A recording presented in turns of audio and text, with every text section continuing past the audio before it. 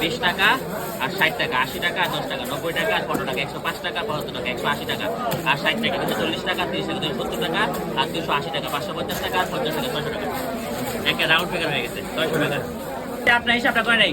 10 টাকা তেজপাতা আর 50 টাকা ধনিয়া, 60 টাকা আর 20 টাকা গোলমরিচ, 80 টাকা আর জিরা হচ্ছে 80 টাকা, 160 টাকা আর 60 টাকা দারচিনি 220 টাকা, 220 আর 140, 360, 360 আর 390, 750 টাকা হয়েছে আপনার। আরো কিছু লাগবে? আরো কিছু লাগবে আপনাদের? 750। আপনি কি নেবেন বলেন?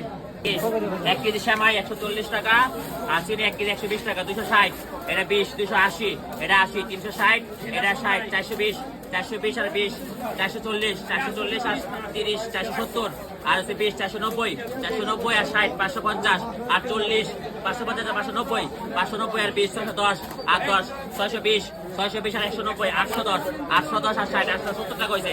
আপনার কি লাগবে বলেন? আপনার 870 টাকা। কি লাগবে? দুধের প্যাকেট দিচ্ছি। আপনার 1 কেজি দাম?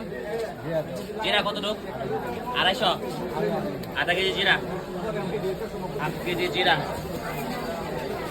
1 কেজি জিরা দিতেছি। পরে আর কি? দারচিনি কতটুকু? দারচিনি 100 গ্রাম দারচিনি। হ্যাঁ, আর কি লাগবে দারচিনি ছাড়া? এলাচি 50 গ্রাম দিচ্ছি, দিলাম। এরপরে হচ্ছে দারচিনি হচ্ছে 100 গ্রাম দিলাম। এরপরে এলাচি হচ্ছে 50 গ্রাম।